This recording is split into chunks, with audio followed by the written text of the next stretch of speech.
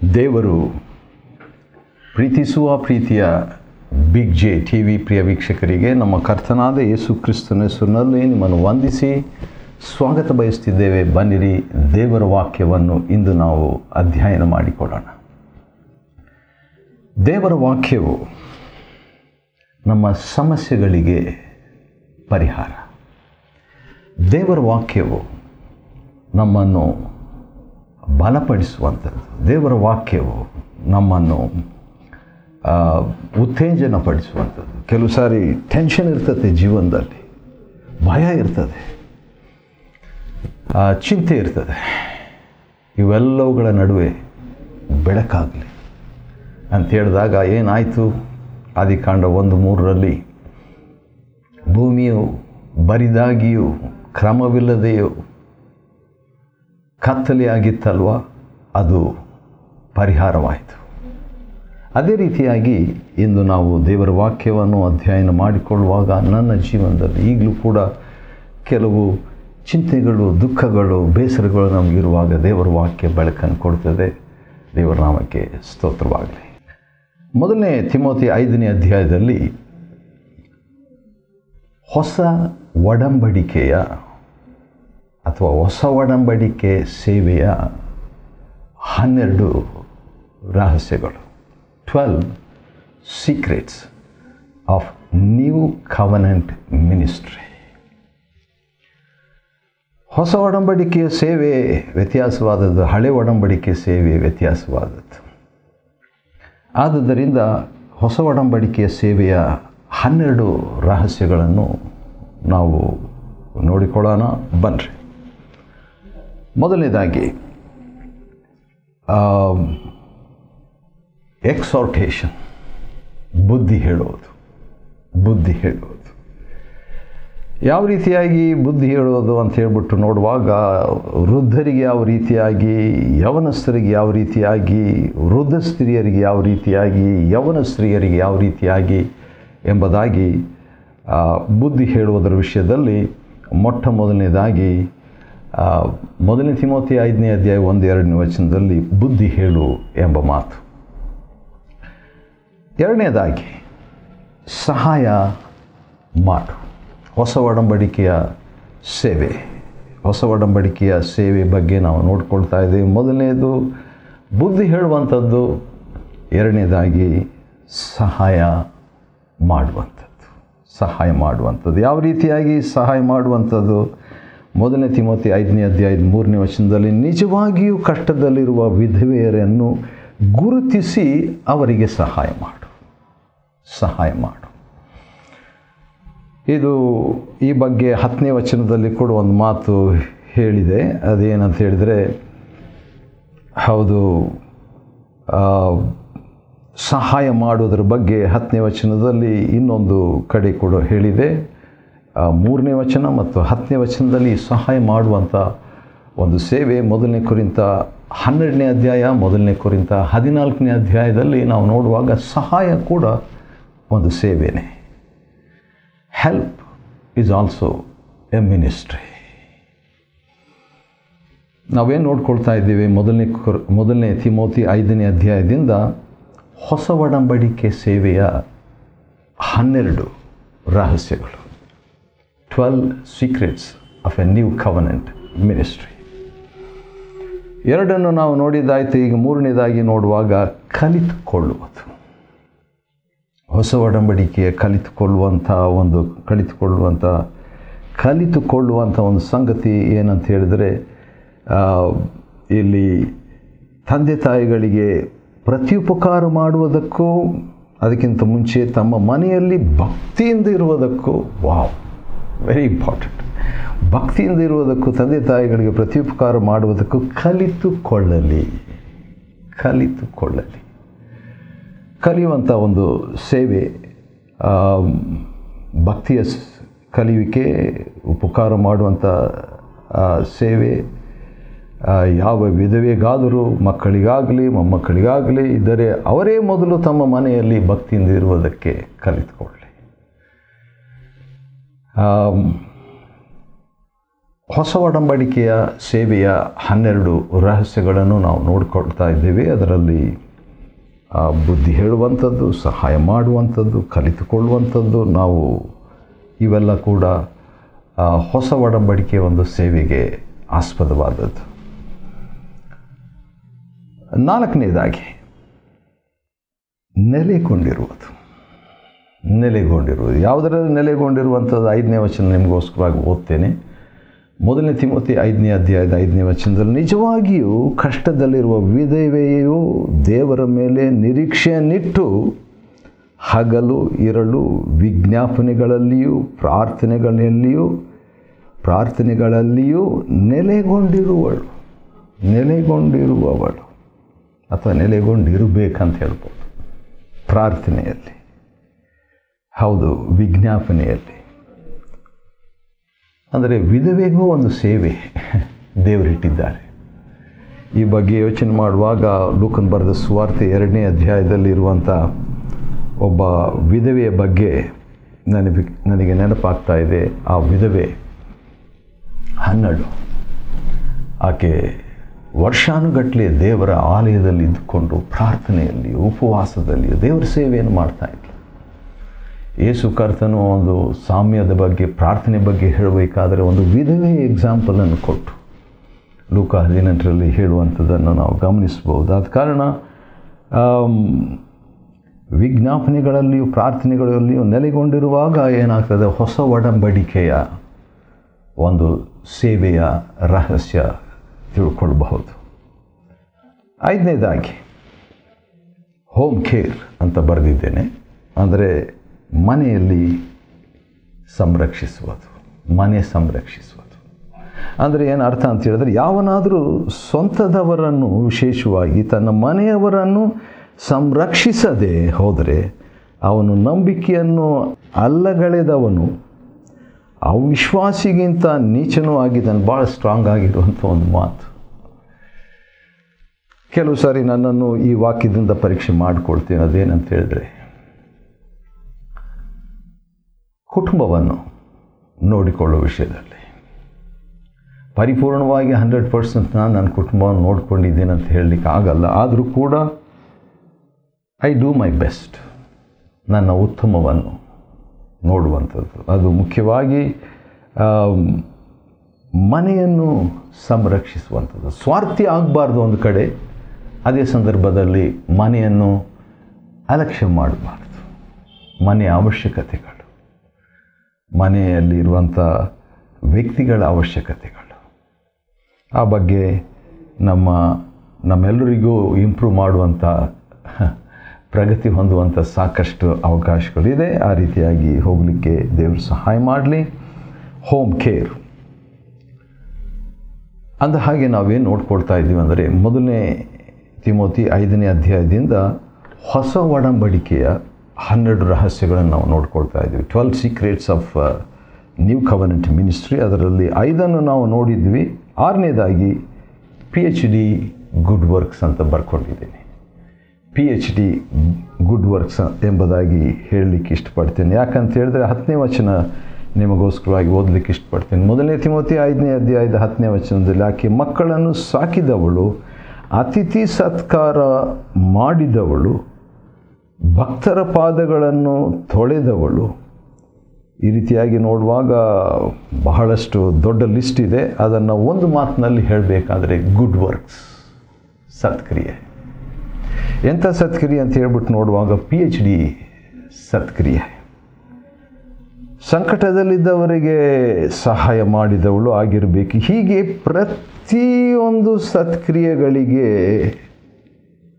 ಇನ್ನೊಂದು ಸಾರಿ ಓದ್ತೇನೆ, ಭಾಳ ಚೆನ್ನಾಗಿದೆ ಇದು. ನಾನು ಮೊದಲನೇ ಬಾರಿ ಇದನ್ನು ನೋಡಿದ್ದೇನೆ ಅಂತ ನನಗೆ ಅನಿಸ್ತದೆ. 1 ತಿಮೋತಿ 5ನೇ ಅಧ್ಯಾಯ ಮತ್ತು 10ನೇ ವಚನದಲ್ಲಿ ಪ್ರತಿಯೊಂದು ಸತ್ಕ್ರಿಯೆಗಳಿಗೆ ಹೆಸರಾದವಳು ಆಗಿರಬೇಕು.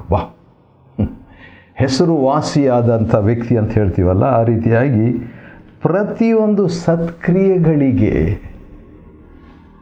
ಹೆಸರಾದ ವ್ಯಕ್ತಿಯಾಗಿರ್ಬೇಕು. ಇಲ್ಲಿ ವಿಧವೆ ಬಗ್ಗೆ ಮಾತಾಡ್ತಾ ಈ ಕಾಂಟೆಕ್ಸ್ಟ್, ಈ ಒಂದು ಸನ್ನಿವೇಶ ಸಂದರ್ಭದಲ್ಲಿ ವಿಧವೆಯ ಬಗ್ಗೆ, ಆದರೆ ಇದು ಎಲ್ರಿಗೂ ಅನ್ವಯಿಸ್ತದೆ.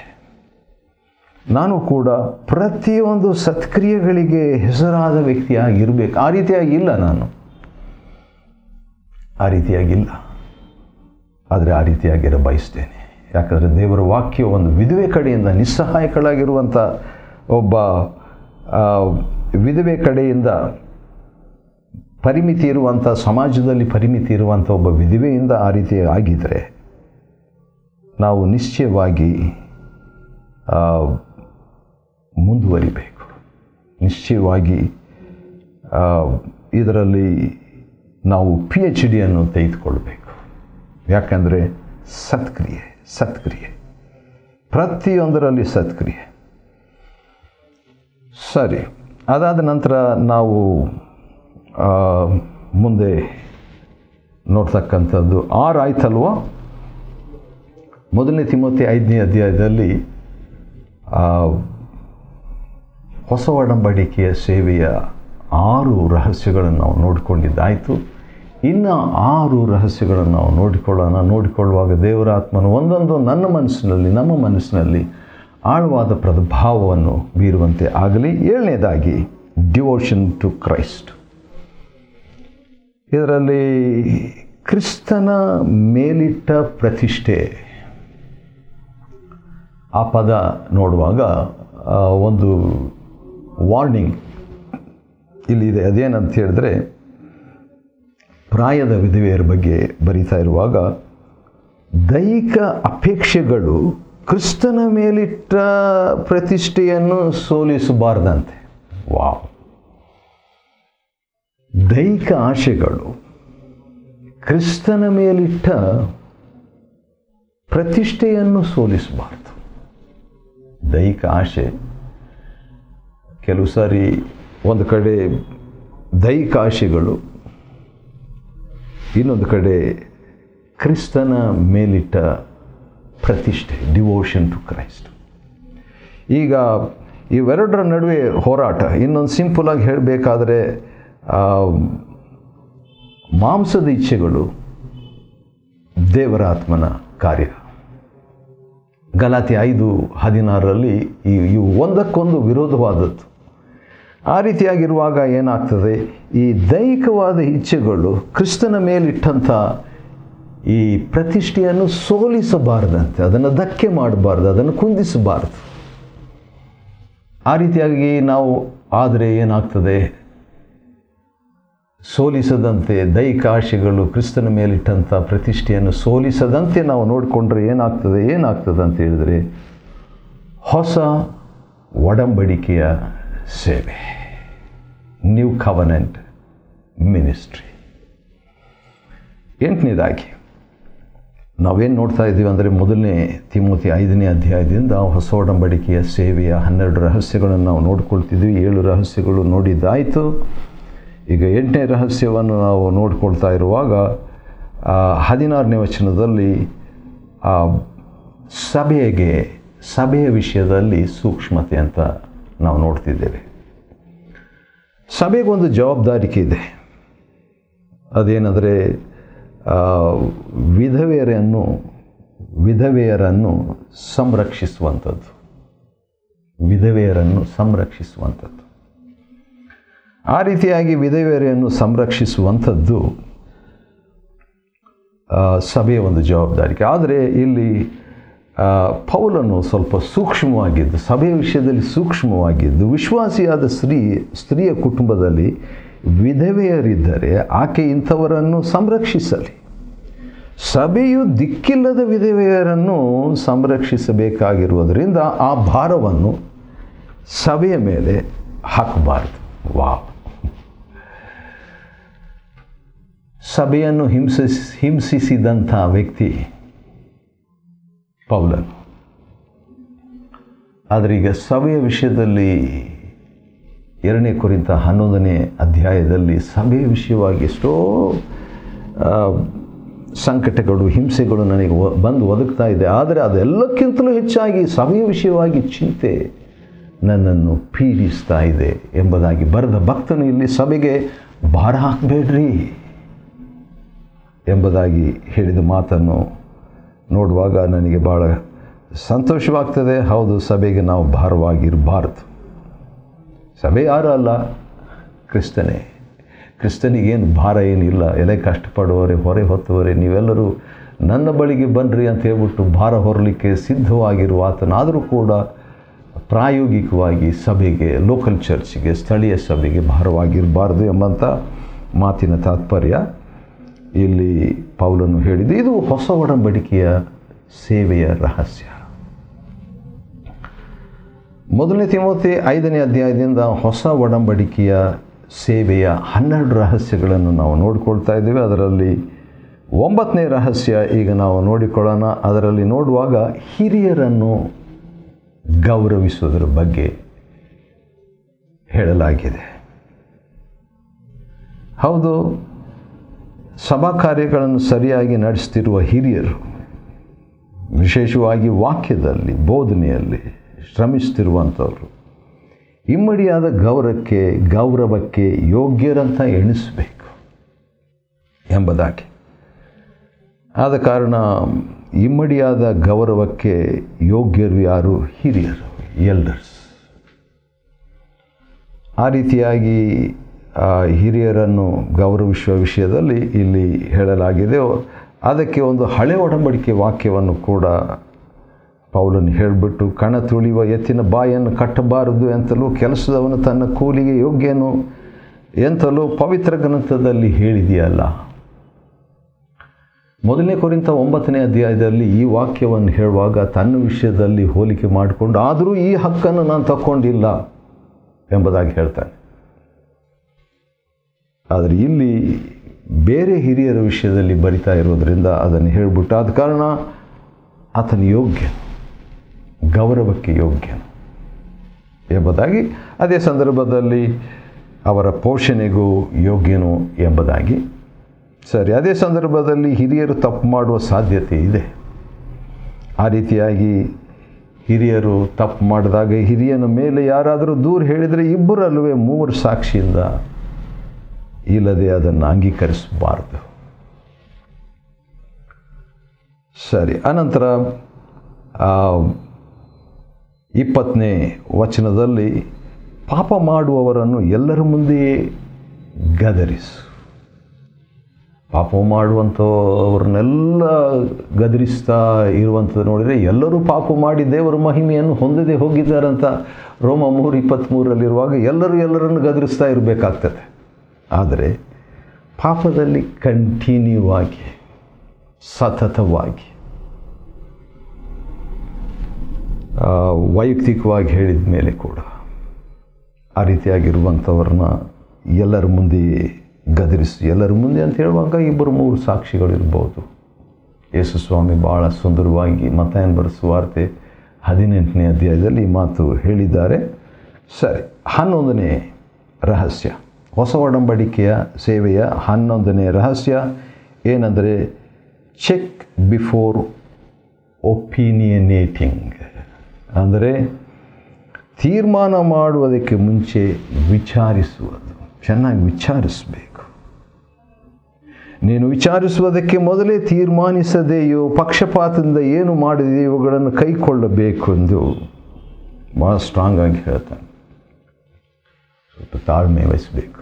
ತಪ್ಪು ಮಾಡಿರ್ಬೋದು, ಮತ್ತೆ ತಾಳ್ಮೆ ವಹಿಸಬೇಕು, ನೋಡಬೇಕು, ಮಾತಾಡಬೇಕು, ವಾರ್ನಿಂಗ್ ಕೊಡಬೇಕು, ರಿಕ್ವೆಸ್ಟ್ ಮಾಡ್ಕೋಬೇಕು. ಈಗ ಮಾಡಬೇಡ ಅಂತ ಹೇಳಬೇಕು, ಮಾಡ್ತೀಯಾ ಅಂತ ಕೇಳಬೇಕು. ಆ ರೀತಿಯಾಗಿ ಮಾಡಿದ ಮೇಲೆ ಕಡೆಗೆ ಚೆನ್ನಾಗಿ ವಿಚಾರ ಮಾಡಿದ ಮೇಲೆ ಆಮೇಲೆ ತೀರ್ಮಾನಿಸಬೇಕು. ಎಚ್ಚರಿಕೆಗಾಗಿ, ಗೆದ್ದುಕೊಳ್ಳುವುದಕ್ಕಾಗಿ, ಪ್ರೀತಿಸುವುದಕ್ಕಾಗಿ. ಕೊನೆಯದಾಗಿ